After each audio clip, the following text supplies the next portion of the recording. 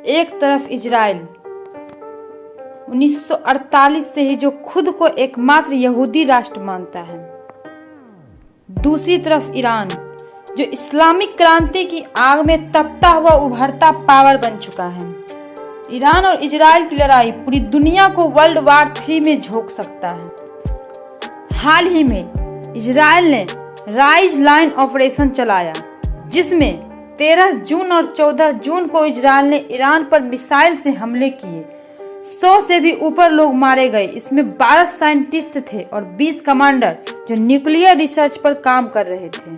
और इजराइल के PM Netanyahu ने तेहरान जो ईरान की राजधानी है उसे भी खत्म करने की चेतावनी दी है। अब 2025 में जो हुआ वह इस युद्ध को वर्ल्ड वार भी बना सकता है। इजराइल ईरान को किसी भी कीमत पर परमाणु हथियार नहीं बनाना देना चाहता है। इजराइल से बदला लेने में ईरान ने सुबह मिसाइल और ड्रोन इजराइल पर दागे और अभी भी अटैक कर रहा है। हालांकि अधिकांश को आयरन डोम और एरो 3 सिस्टम ने रोक दिया। इससे हमें पता चलता है कि इजराइल टेक्नोलॉजी में बहुत एडवांस है।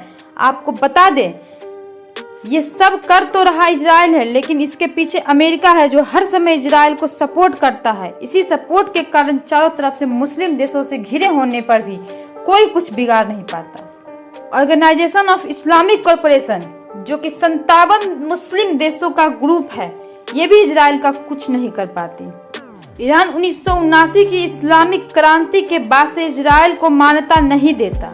इजराइल को सारे मुस्लिम देश खत्म कर देना चाहते हैं। ईरान के पास है खतरनाक आतंकवादी संगठन जो हमेशा इजराइल को परेशान करते हैं। हिजबुल्लाह जो कि लेबनान में है, हमास गाजा में और हौथी यमन में जैसे प्रॉक्सी ग्रुप्स जिन्हें वो हथियार और फंडिंग देता है।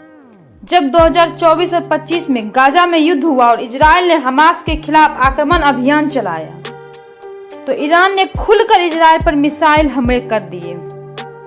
ईरान चाहता है सारे मुस्लिम देश का नेतृत्व करे और पूरे मिडिल ईस्ट में अपनी पकड़ बढ़ा ले। अब देखते हैं कौन सा देश किसके साथ में है। अमेरिका हमेशा इजराइल के साथ खड़ा है। इजराइल डिफेंस और इंटेलिजेंस सपोर्ट करता है। आप ध्यान देंगे तो इजराइल के पीछे अमेरिका ही है जो ये सब कर रहा है। रूस और चीन ओपनली तो सपोर्ट नहीं करते, लेकिन ईरान का साथ डिप्लोमेटिक लेवल पर देते हैं। यूएई, सऊदी, कतर, ये तीनों देश भी ईरान का साथ नहीं देते हैं क्योंकि इनका अलग लड़ाई है शिया और सुन्नी मुस्लिम का। भारत इजराइल और ईरान दोनों में से किसी के पक्ष में नहीं जाता है क्योंकि भारत के अच्छे रिश्ते दोनों से हैं। ईरान से तेल और चबहार पोर्ट के कारण ईरान से अच्छे रिश्ते हैं और इजराइल हमें डिफेंस और खुफिया जानकारी में मदद करता है और खराब समय में साथ खड़ा रहता है। यह एक प्रॉक्सी वार बन रही है जहां मुस्लिम देशों की राजनीति, हथियार और गुट टकरा रहे हैं इजराइल और अमेरिका से। भारत को इस युद्ध के 5 बड़े झटके लग सकते हैं। तेल की कीमतें आसमान छू जाएगी। भारत रोजाना करीब 50 लाख बैरल तेल इंपोर्ट करता है। अभी कीमत 150 ट्रिलियन प्रति बैरल पार कर चुकी है। पेट्रोल डीजल 120 रुपए प्लस तक जा सकते हैं। इसका असर ट्रांसपोर्ट से लेकर दाल चावल तक पड़ेगा। दूसरा है 80 लाख भारतीय मुस्लिम देशों में रहते हैं। यूएई, सऊदी, कतर में करोड़ों भारतीय काम कर रहे हैं। युद्ध हुआ तो उनकी सुरक्षा खतरे में हो। भारत ने ईरान के चबहार पोर्ट में भारी इन्वेस्टमेंट किया है। अब समझते हैं चबहार पोर्ट क्यों इम्पोर्टेंट हमारे लिए है। चबहार बंदरगाह ईरान के दक्षिण पूर्वी तट पर स्थित एक इम्पोर्टेंट बंदरगाह है। ये ईरान का एकमात्र समुद्री बंदरगाह है और ओमान की खाड़ी के किनारे स्थित है। यह बंदरगाह भारत के लिए एक महत्वपूर्ण भू राजनीतिक और आर्थिक महत्व रखता है।